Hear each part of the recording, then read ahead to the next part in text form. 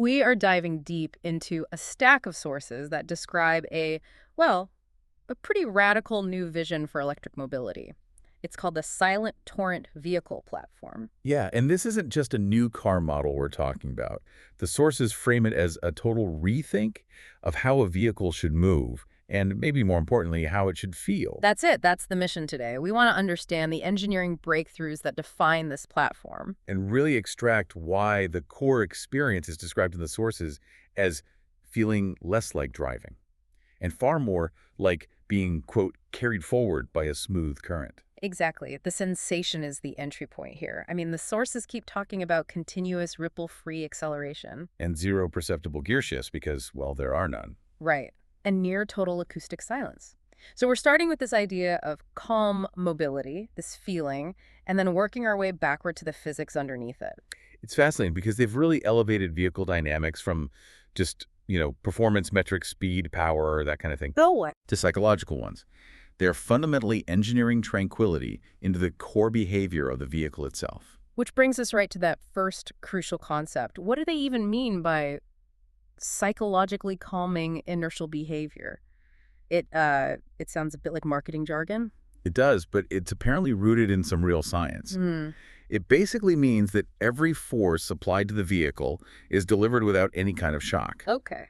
The goal is this continuous torque propulsion, entirely eliminating these sudden changes in acceleration or deceleration that our bodies, naturally register as stress. So if a normal EV already delivers power pretty smoothly, this is another level. We're not just avoiding the jerky gear shifts of an old combustion engine. No, not at all. We're smoothing out the subtle lurching, even the aggressive pitch change when you slam on the brakes or hit the throttle hard. Precisely.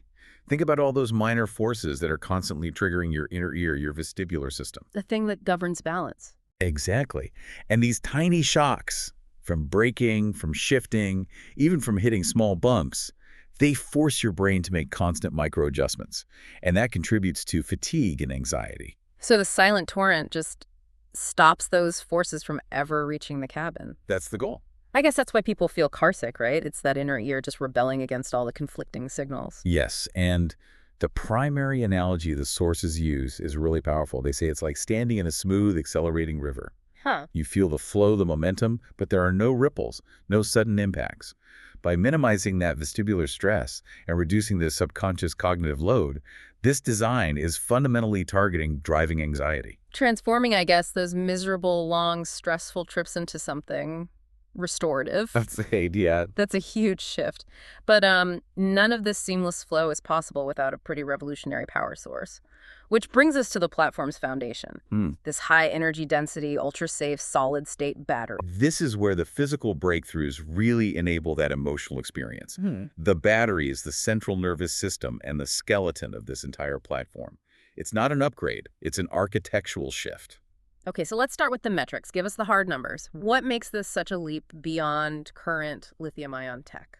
Well, the energy density is projected somewhere in the range of 350 to 450 watt-hours per kilogram. And what does that mean in practical terms? It means you're getting the same or even greater range from a much smaller and critically a much lighter battery pack. Okay, smaller and lighter. That already frees up a lot of design space. But the real game changer, from what I'm reading, is the safety aspect. That risk is the first thing they tackled.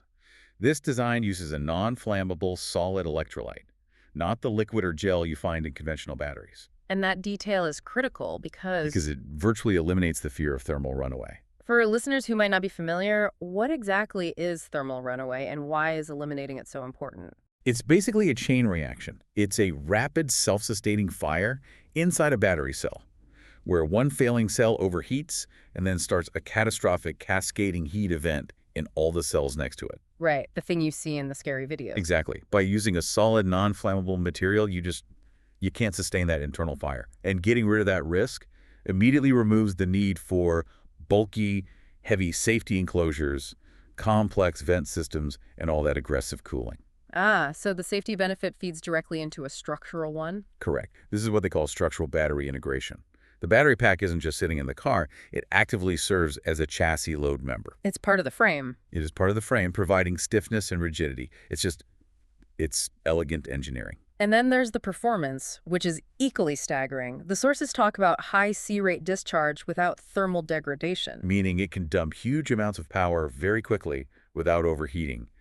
And it has an incredibly long cycle life. We're talking tens of thousands of cycles. Sure. But the charging. Let's talk about the charging. That seems like the most transformative part for a user. It might be. They claim ultra-fast charge capability, achieving, get this, 0 to 100% in approximately 5 minutes. 5 minutes. Under controlled conditions, yes. It fundamentally changes the whole infrastructure equation. That's the end of energy anxiety. It is.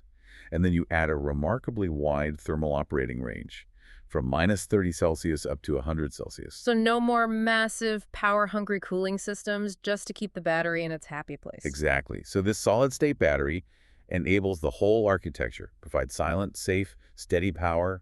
It reduces mass by becoming structural, and it kills charging anxiety. It's the ultimate enabler. Okay, so the battery provides the clean, steady power. But how do you get that energy onto the road? That continuous current must need an equally revolutionary drive system. It does. Because the power delivery is so clean and manageable, the platform uses a multi-motor distributed drive system. Meaning motors at the wheels. Either directly in the wheel hubs or very close to them, yeah. Near wheel motors. And if you have independent power at each wheel, I assume we're finally saying a permanent goodbye to the transmission. Absolutely. The transmission is gone. Completely eliminated. Instead, you have vector-controlled torque output at each motor. It's a software system that instantaneously manages power to every single wheel independently. The independent control has to be the key to the smoothness, isn't it? Yes. Because you bypass all the mechanical messiness and the tiny delays of a gearbox, you get a truly continuous acceleration curve. There are simply no torque gaps. Here's where it gets really interesting for me. The entire control system is software-defined. The sources say instead of eco or sport modes, the vehicle uses software-defined flow profiles. What does that even mean? A flow profile dictates the inertial feel of the vehicle, not just its speed or efficiency.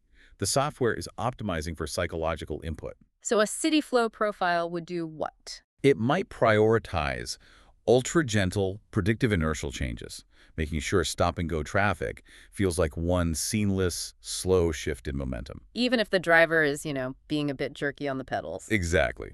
They're tuning the car for the brain, not the stopwatch. A traditional sport mode just optimizes response time. A flow profile optimizes predictability and continuity. So the engineers are explicitly training the machine to be gentle, which brings us back to the human element. How do they actually ensure the movement stays calming? This is the genius of the human-centered design part. They implement two critical systems: active inertial compensation and predictive acceleration smoothing. Active inertial compensation. It sounds like they're fighting G-forces. How does that work in practice? The vehicle uses a ton of sensors to monitor everything: driver inputs, camber of the road, slope, everything. The system anticipates a required change in G-force. Say, you start turning into a sharp corner. Instead of letting that lateral G-force spike, the system instantly adjusts the torque of the motors on the inner and outer wheels to subtly counteract that change, keeping the forces felt inside the cabin very, very constrained. It's essentially predicting the jolt and buffering it out before your body can even register it. That's a perfect way to put it.